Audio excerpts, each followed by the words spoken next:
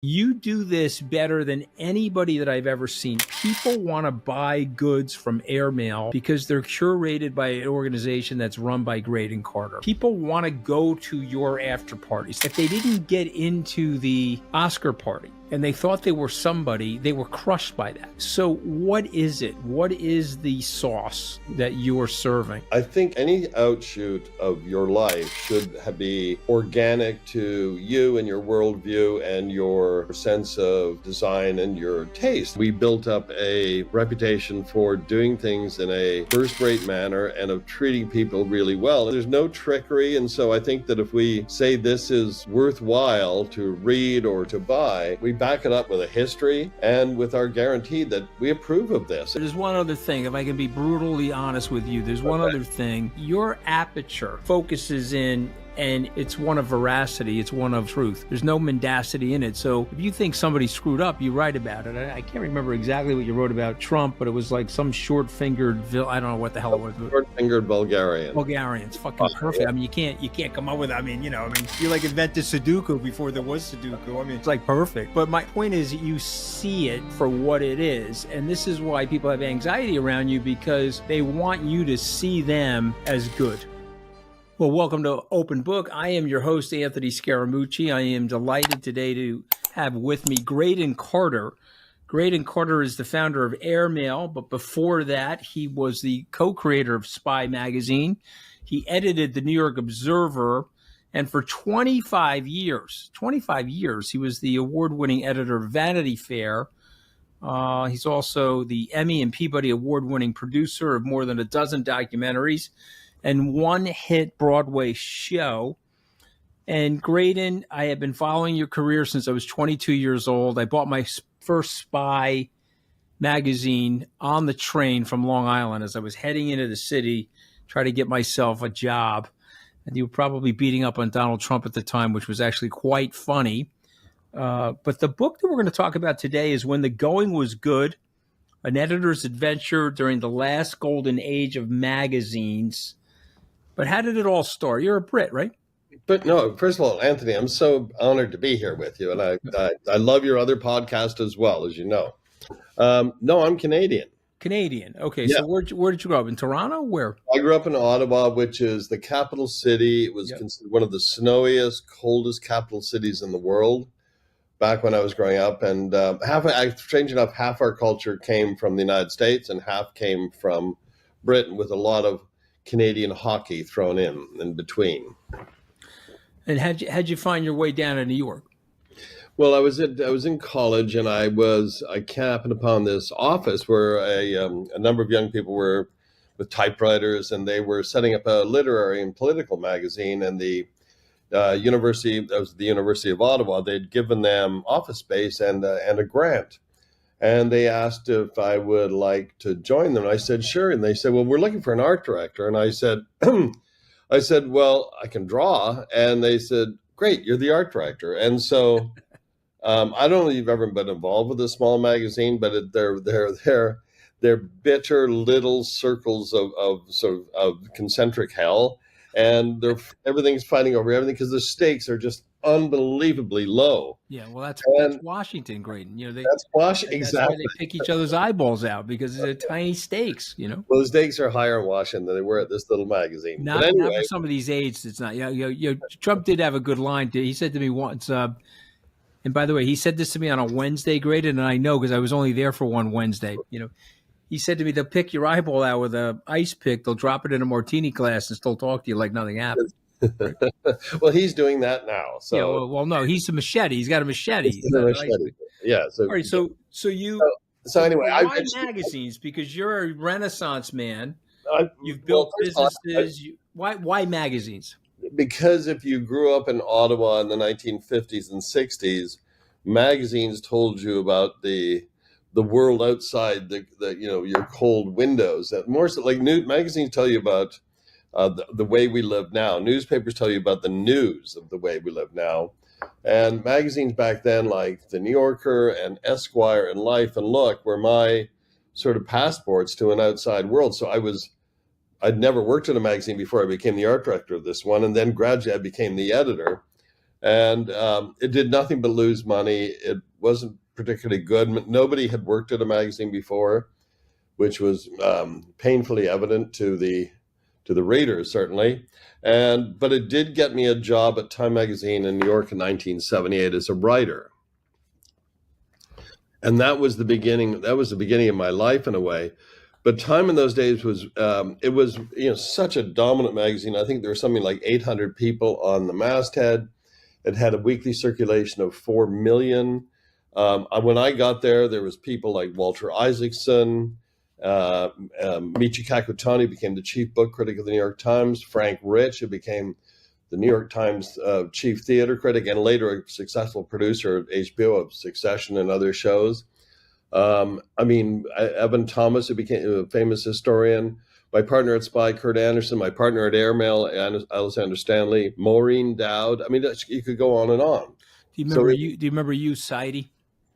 Hugh Sidey was the White House correspondent. Yeah, he used to write that column in Time about leadership. Yeah. Remember presidential leadership? Yes.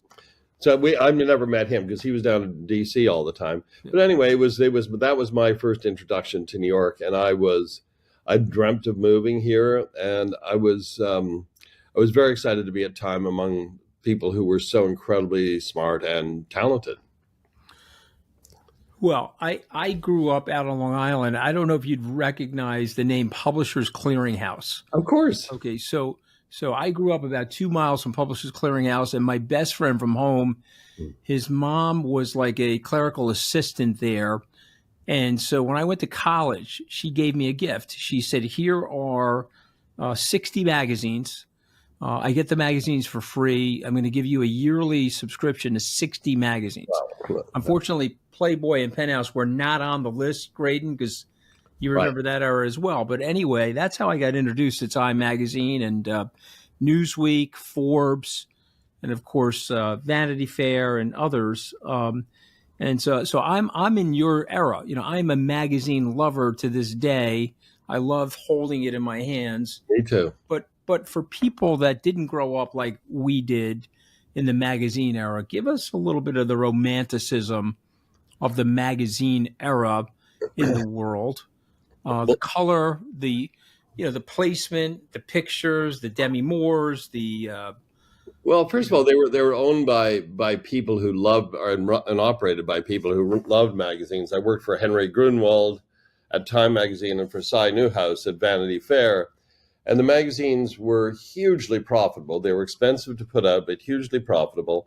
And I had never had an expense account before I came to New York, and it was a life-changing experience. I went 5 years without ever turning on my oven. I mean, I can't cook anyway, so it was just as well. But and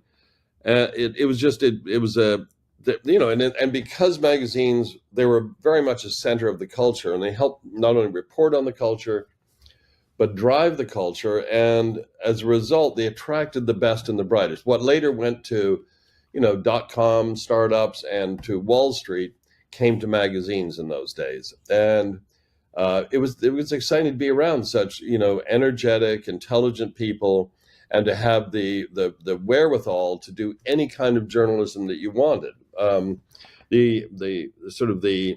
The luxuries at Condé Nast were exponentially greater than those at Time, and it made very competitive, difficult jobs a lot easier. Fresh air, sunshine, and good food. That's what spring is all about. And with HelloFresh, you can bring the season right to your table. You can get high-quality ingredients and farm-fresh produce delivered straight to your door. No grocery lines, no wasted food. Just fresh, flavorful meals you actually want to cook. And if you're short on time like me, check out the new ready-made meals. Chef-crafted and ready in just 3 minutes. I love my Italian food, so the pasta primavera is a big favorite of mine. Whether you're a home cook or just hungry after a long day, HelloFresh makes dinner effortless and delicious. Feel great with meals that fit your spring schedule and make the season even more delicious. Go to HelloFresh.com/OpenBookFM now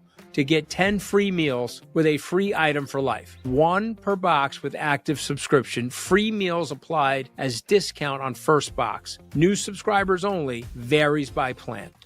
Well, one of the things about your book for me, as I was going down memory lane. Fran Leibovitz, Right? Donna's in the book. Christopher Hitchens, I mean, he was the man, He 20 was. years ago. And unfortunately, we lost him, a very gifted writer, on a very provocative one. But I guess I see you as a sort of an interior designer and an exterior designer of thought. And so just give me a moment, okay? Yeah. I've been to your restaurants, Waverly Inn. I've been to the Monkey Bar. There's a majesty to those places, but there's also a simplicity. I'm a subscriber to Airmail. I love the way, I look. One of the reasons why I love magazines, I want to see what the editor's doing in terms of the format. Where are the pictures going? Where are the stories going? What's important? The reason I do open book grading is I'm in love with authors. I figure if you put countless hours into writing that book, I can spend a few hours reading and learning something from you. But this is a gift that you have. Where did you get this gift? And how do you think about applying it?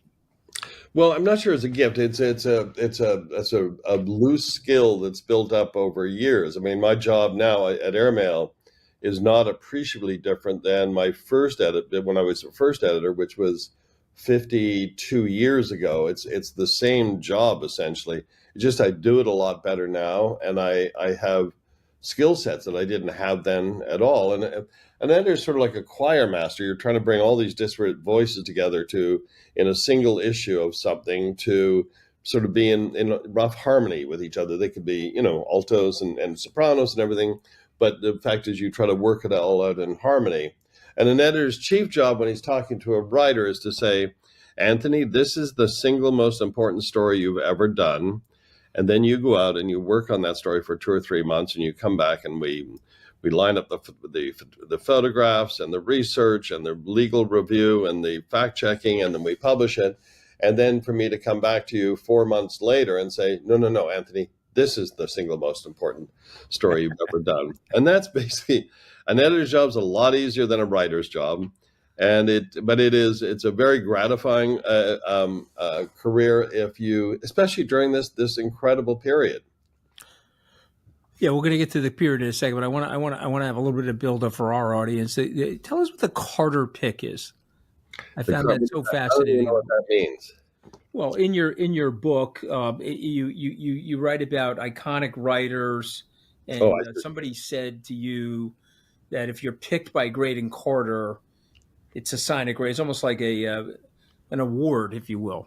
Well, it's why we nurtured sort of unknown writers and helped make them stars. At Vanity Fair, most of the writers, because they had to be able to write, long stories between sometimes 10 to 15 to 20,000 words, and that takes great skill and experience. Most of the writers were at the very top of their games. We had so many Pulitzer Prize winners.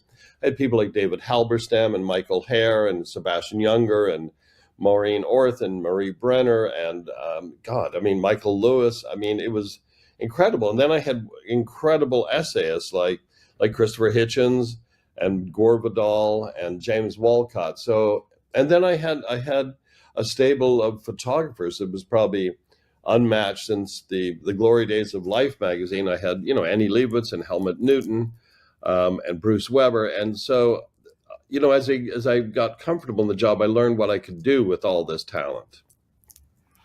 Well, I mean, I guess for me, the frustrating thing for me today is that the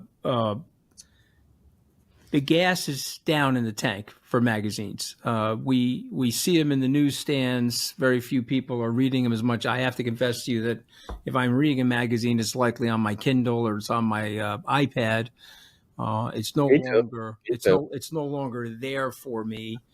And what did we lose, Graydon, by that? Because I'm sure somebody said, as the horseless carriage was coming into vogue, that we lost something, right? And I'm sure somebody said that we lost something in Fifth Avenue, New York, when the Gilded Age ended. What did we lose? Well, it's funny because magazines they were very much not a reflection of the culture, but the big ones really drove the culture. I remember, in the mid 1970s, both Time and Newsweek put Bruce Springsteen on their covers the same week, which is a big faux pas in Newsweekly. Right. It's like two women wearing the same dress Only to a great and Carter Vanity Fair Oscar party. 1,000 times worse. So, but it's so, and it, the fact is, after the financial crash in New York, certainly we lost newsstands. There used to be major newsstands at every single intersection, sometimes two of them. They were often mom and pop operations run by veterans. And after 2008, it just became harder and harder for them. And now, and also every office building had a newsstand in it. Now they sell, lottos and gum. And when you see a proper news kiosk in New York City, it's like a movie set. It's like something out of a Nora Ephron film. And they're so rare now. Well, my old boss, when I worked at Goldman, this is 30 years ago, he had a picture in his office that he continually updated, and it was a newsstand. And so he had gotten to Goldman Sachs in the 1950s and took a picture of the newsstand. And there were okay. Why did he do this? Because he was in love with New York. He saw that as a zeitgeist, as a representation of the city and its culture. Yep. And so literally you would see the 1950s pictures great and were like clothespins hanging up the photo play and chewing gum and packs of cigarettes. And then as he got into the 80s, you could see the evolution.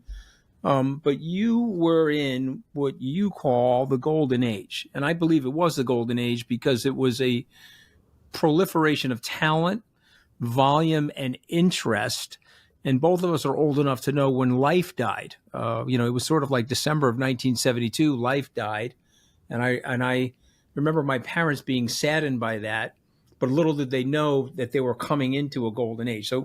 So describe the fever you so eloquently do in the book. Well, one of the things, so what say streaming services and podcasts are now, magazines were then. They attracted a lot of the dominant literary and journalistic talent.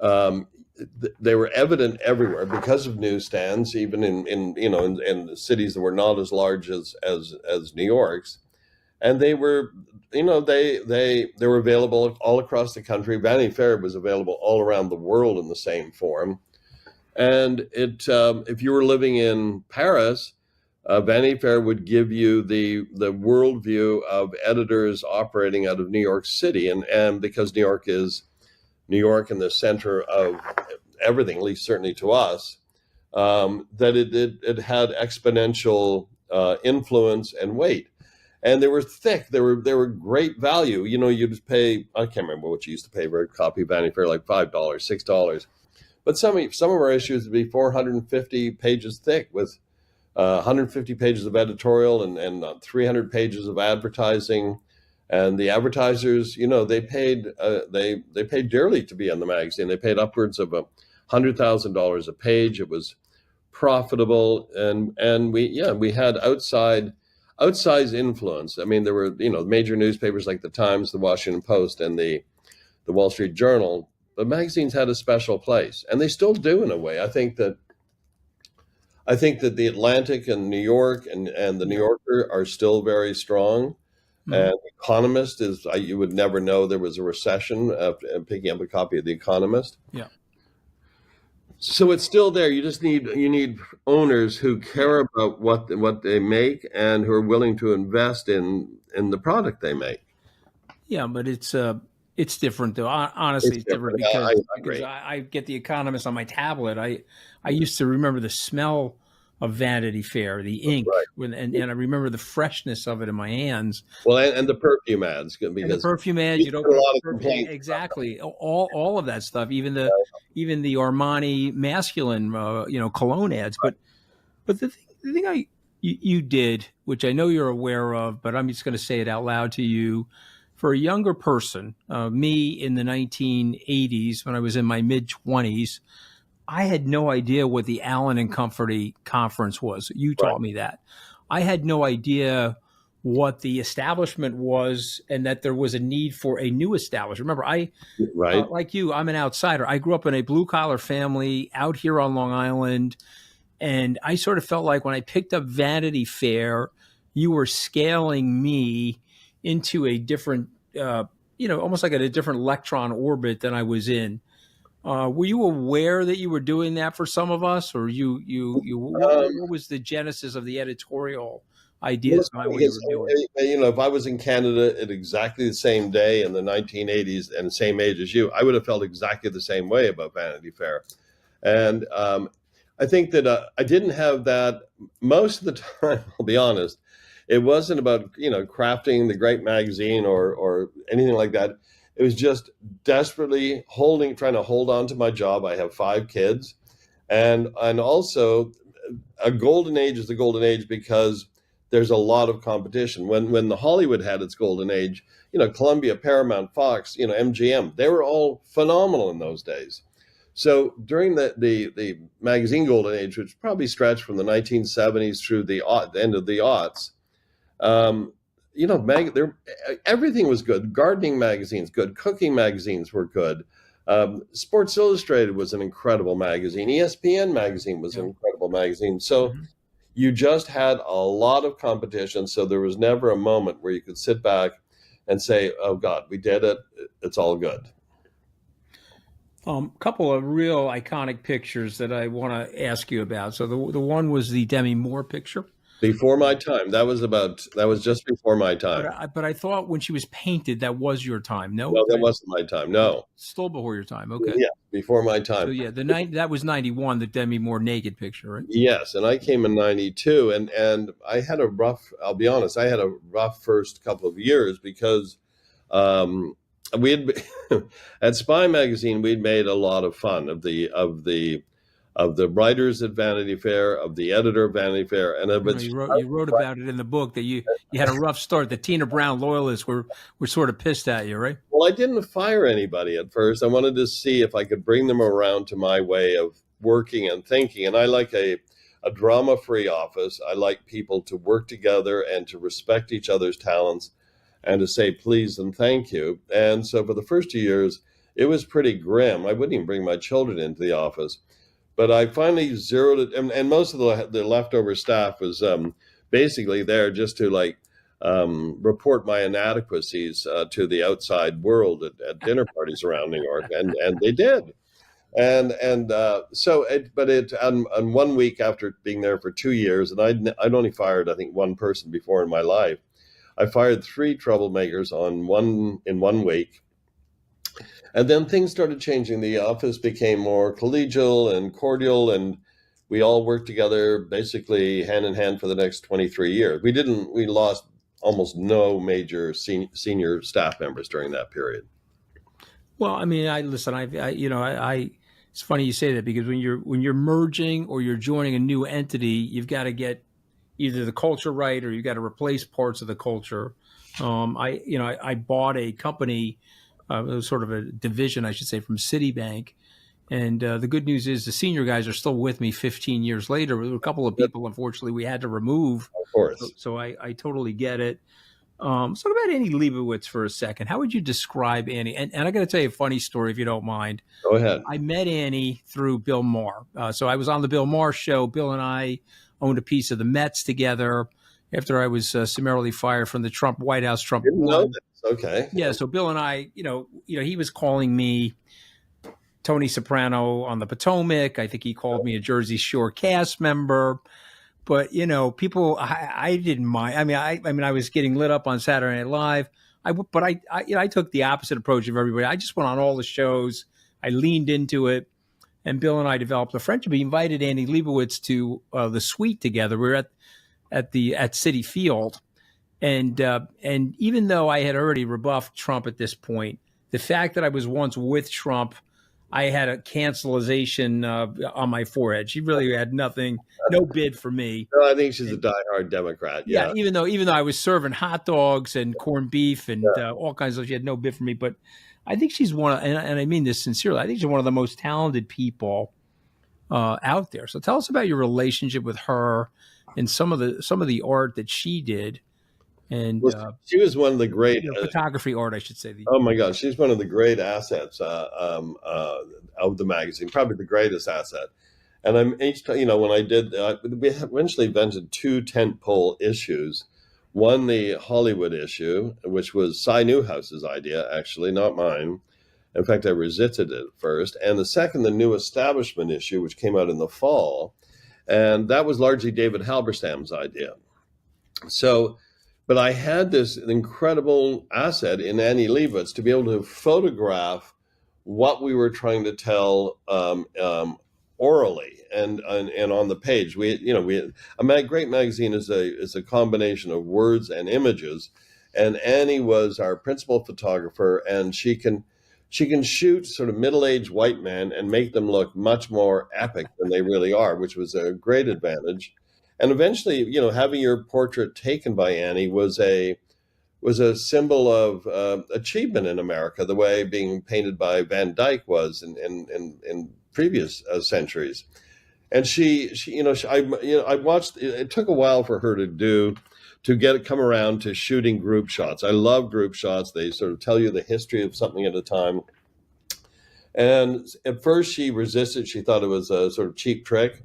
But then she got into it, and to watch her craft a Hollywood cover, because you'd have sort of 11 people, and she would have been preparing for 2 or 3 days beforehand, and she would have people roughly the same size as the cover subjects, wearing roughly the same coloring clothing, and she would light it and pose it and get it all constructed the way the old masters did, so that by the time the subjects came in for the photo shoot, she had it all figured out. It wasn't all of a sudden, putting the tall people in the back row and the short people in the front row.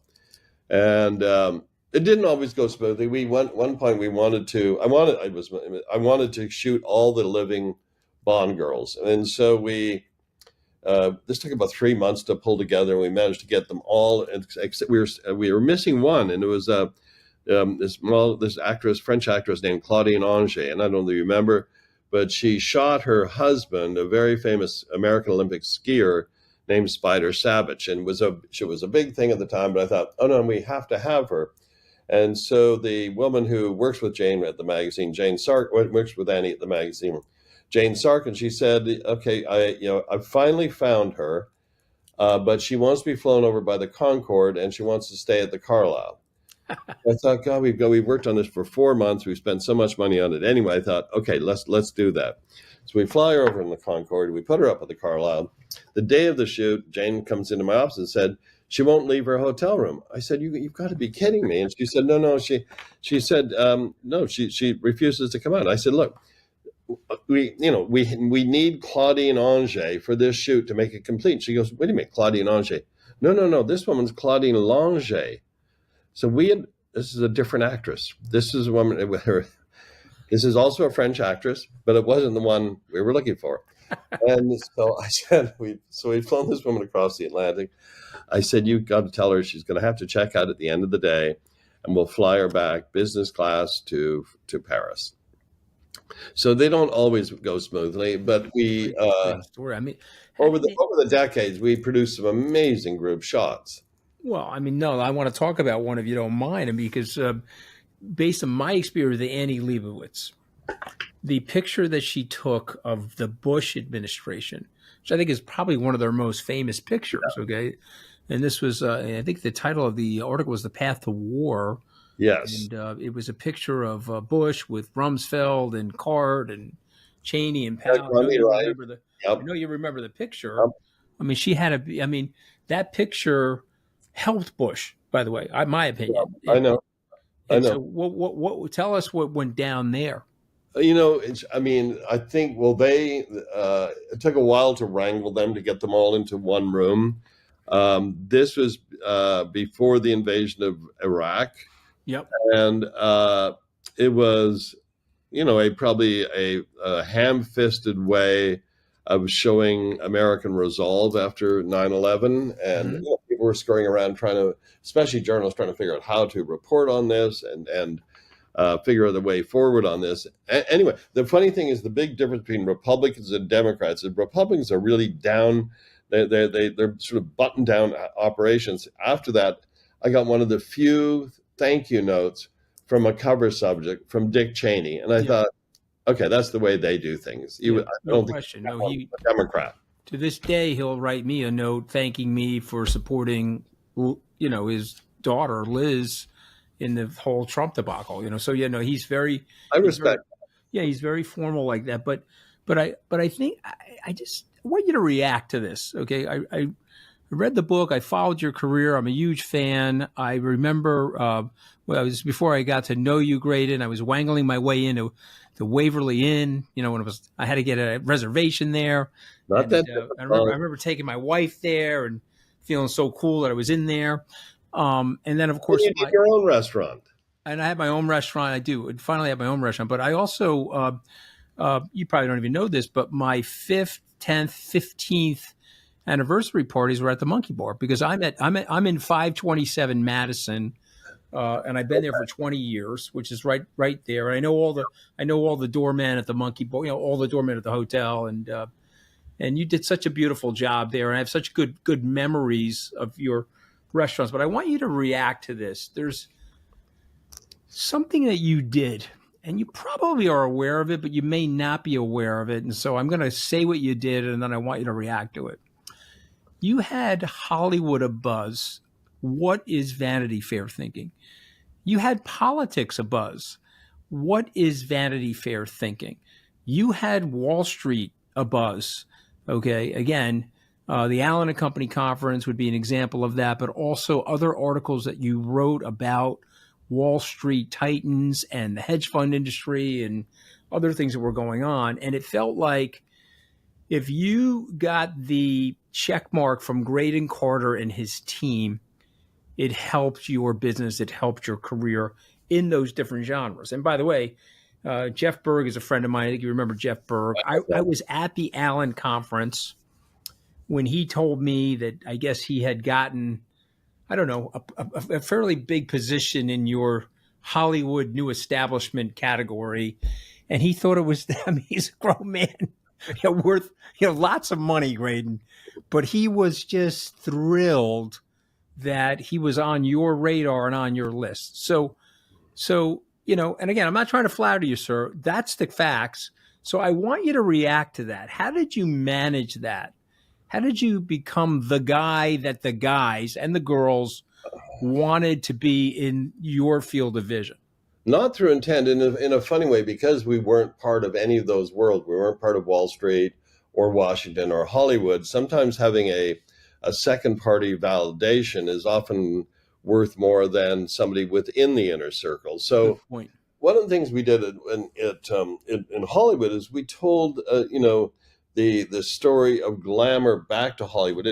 When we did the first Oscar party, it was in the early 90s, it had really turned its back on Hollywood. The big style of the day was grunge. Young people avoided the Oscar party in droves, and it took an outside group from New York to tell Hollywood, remind them of one of their trading assets, which is glamour, or in many cases, ersatz glamour. With Wall Street, a lot of it came from the stable of writers I had. So after the financial crash in 2008, I had Michael Lewis, I had William D. Cohen, I had Bethany McLean, I had Marie Brenner, I had Brian Burrow. I mean, you can't top that. So we had such an extraordinary collection of journalists who could specialize in Wall Street. And then in Washington, a large part was that we played a big part in the White House Correspondents' Dinner, and I did a number of parties during that. We did the big after party, and I did that with Mike Bloomberg for many years, and we'd often do one on a Friday night with Christopher Hitchens. So it was, again, we were sort of interlopers, but we brought a sort of whiff of big city glamour to Washington. Well, I met Elon Musk at one of your parties. It was, I guess, I don't know, could have been 2016 maybe. Mike invited me actually, so I was on Mike's New York City Financial Services Advisory committee. My old boss, Bob Steele, who you may remember, who was Yeah. deputy mayor. Yes. Bob told Mike, "Hey, you got to get somebody that's an entrepreneur. You can't just have the Jamie Dimons and the the Lloyd Blankfeins." And so Bob got me on there, and so Mike invited me to that party At the French at ambassador. the French ambassador. I think it was 2016. I'm going to really test your. I took Georgette Mossbacher with me. I love Georgette. No, she's well. If you ever run into her, you ask Georgette how she became the ambassador to Poland. You want to hear that story? Yeah. Okay, so I got my ass fired on Monday, but there was an interregnum period between Friday afternoon when Reince Priebus was blown out and Monday morning where people were scared shit of me because I had gotten Priebus removed from the White House. And so the personnel director, I called him on that Saturday. Georgette was a really good friend of mine. Priebus was stalling her ambassadorship. And I said to him, what's left in Europe? And he gave me the list. I said, okay, hold on a second. I called her on my cell phone. I said, which one of these countries would you like to go to? She said, Poland. I hung up. I said to Johnny, I want her to be made ambassador to Poland. And I brought it over to the White House to get it signed. And so she's a very dear friend of mine, and a very good ambassador. And she did a great job, by the way. And she did a great job for Poland, particularly with what's going on in the Ukraine. Mm-hmm. And so I'm sure you've been to her salon dinners at that circular table that she had in her apartment. But so you and I have surfaced near each other, but you did do something. Well, we did meet at Rayo's about 20 years ago. We did. We met at Rayo's. We were at the same table together. We were with Bo Dietl. A lot of people who surrounded by a lot of people look like mobsters. Yeah. So Bo tried to talk me into Wolf of Wall Street. I said, Bo, I can't do that. I said, that's like a real guy. I mean, Oliver Stone got me into Wall Street too. I was in Wall Street too. Of course you were. I was at the after party with you. And so was Buffett. Buffett was with us. But Jimmy, not Warren. Yes. Yeah. Exactly. But I just say to you that we did meet with Bo that night, and I obviously got a big kick out of you, and I'm a huge fan. But you didn't tap it yet, Creighton, and I want to get this out of you for this interview. Okay. Okay. And I don't want Canadian modesty, and I don't want any of that. I really want you to tell me, because I can tell you what I do well. I can tell you what I absolutely suck at. Okay. But you do this better than anybody that I've ever seen. People want to buy goods from Airmail because they're curated by an organization that's run by Graydon Carter. People want to go to your after parties. They wanted to go. If they didn't get into the Oscar party and they thought they were somebody, they were crushed by that. Okay. So what is it? What is the sauce that you are serving? I think it's I think any outshoot of your life should be organic to you and your worldview and your sense of design and your taste. And I think that we built up a reputation for doing things in a first-rate manner and of treating people really well. In the olden days, before we did the Oscar party, any big event like that always had a roped-off VIP area where with like a petting zoo for famous people, off in the corner somewhere. And I said, no, if we do this, we'll make it difficult to get in, but once you're in, everybody will be treated the same. And that went with everything we did in the south of France, in New York parties, and in Washington, D.C. And I think that, there's no trickery. And so I think that if we say this is worthwhile to read or to say if there's an Airmail store to buy, we back up we back it up with a history and with our guarantee that we approve of this and we're not doing there's zero trickery. So, and I think that makes there's one other thing, if I can be brutally honest with you, there's one other thing. It's a little bit like framing Leibovitz this way. Your aperture focuses in, and it's one of veracity. It's one of truth. There's no mendacity in it. So if you think somebody screwed up, you write about it. I can't remember exactly what you wrote about Trump, but it was like some short-fingered I don't know what the hell it was. Short-fingered Bulgarian. Bulgarian. It's fucking perfect. Yeah. I mean, you can't come up with. I mean, it's almost like Sudoku. You like invented Sudoku before there was Sudoku. I mean, it's like perfect, right? But my point is, you see it for what it is, and this is why people have anxiety around you, because they want you to see them as good versus we all do. evil. I think it actually helps, Anthony, and I think maybe you found this too. It helps to not have been born in Manhattan and No question. growing up with that, because if you come from outside, you're a sponge, because this is all a wonder to you. The book critic of the Washington Post, when she reviewed my book, she said, I was less like one of the disaffected New York writers, and much more like Buddy, the Will Ferrell character in Elf. And so I couldn't disagree with her. I can't. I just every day I just think I see it that way for you, sir. If your book title was, see, I believe that there are comfortable outsiders and there are uncomfortable outsiders. Okay, and so this is crazy today because he's no longer an outsider, but Mike Bloomberg, Medford, Massachusetts, awkward start, fired from Salomon Brothers, comfortable outsider. He's now the pillar of the inside, but he was a comfortable outsider. Okay, if the title of your book was "Comfortable Outsider Becomes Curator for the Insiders," I mean that. But I'm not going to say something like that. What's that? I'm not going to say something like that. No, you're not. But you see, I'm making you blush because I can say something like that because that's what you are. This is a gift that you have. And by the way, I'm an outsider, Graydon. I've always been an outsider, but I see myself as a comfortable outsider. And let's go to Trump for a second, because he is an uncomfortable outsider. Okay, Giuliani is an uncomfortable outsider. And I like the mayor. The mayor helped me early on in my career, and I never say anything bad about the mayor because I see he's very troubled. But Trump is not only an uncomfortable outsider, but he's got a chip on his shoulder. He's mean at it. He didn't get into Deepdale. He's got to have 18 golf courses. Didn't it? Is that the reason? Oh, 100%. And and by the way, Deepdale, they would want me to landscape the fucking place great. Okay. I just want to make sure you know that. Okay. I have a lot of self-awareness, so I'm not delusional. Okay. But my point is, he can't get over certain things. Hollywood didn't treat him right. Let's put tariffs on. Yes. Harvard didn't treat him right. Let's reduce their tax exemption status. NPR and PBS didn't treat him right. Yeah, exactly. Okay, so I know. So address that for me, because I see you.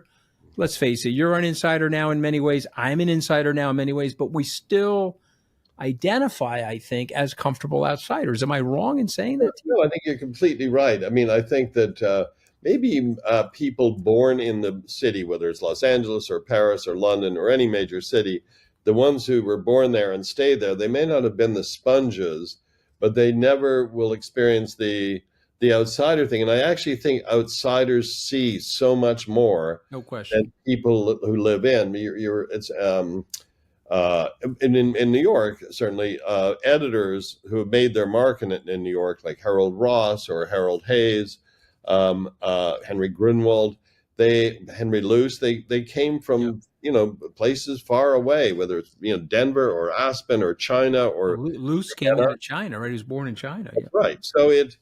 So they see America in a way that Americans don't, and they see New Yorkers in a way that New Yorkers don't. Well, unfortunately I have a 40-minute window here for my podcast. I have to take you to dinner. I really want to finish this more philosophical. We'll flip for which restaurant? I'm sorry? We'll flip for which restaurant? Okay, that's a deal. I would rather go to yours, by the way, just because it's so avant-garde. But I want to get to the 5 words. So my podcast, we sell some books. I thought this book was awesome. It was a perfect book for me and my demography because of my love affair with magazines and Publishers Clearinghouse origin story. But I ask each of my writers 5 words. You're going to react to the word. You can give me a sentence or 2 sentences or just a word. I'll do my best. Okay, so if I say the word journalism, you say the word what? I say the word calling, like a calling and a service.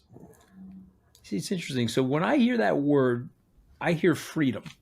And this is what got me in trouble with Trump. In April of 2019, I wrote an op-ed saying, it was an open letter.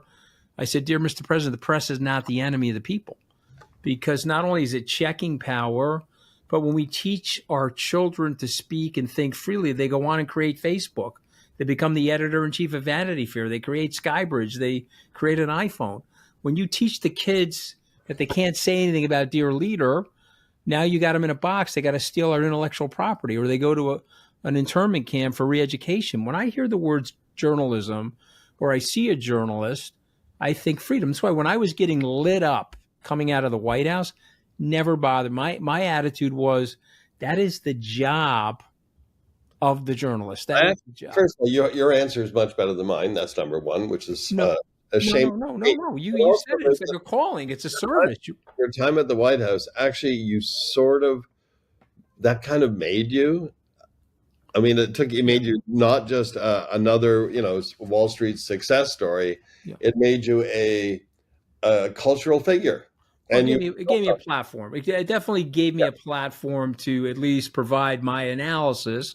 And then if people thought the analysis was worth listening to, it definitely is. They gave me a little bit broader of an audience. Yes, I look forward to every Friday morning because of Well, you're very sweet. As I tell people, though, Caddy K is not my better half on that podcast. She's my better 9/10. Okay, trust me, she does a lot of work behind the scenes. It's like Fred and Ginger, and you need both of them. All right, exactly. Amen. Okay, so I'm going to now say the word culture, sir.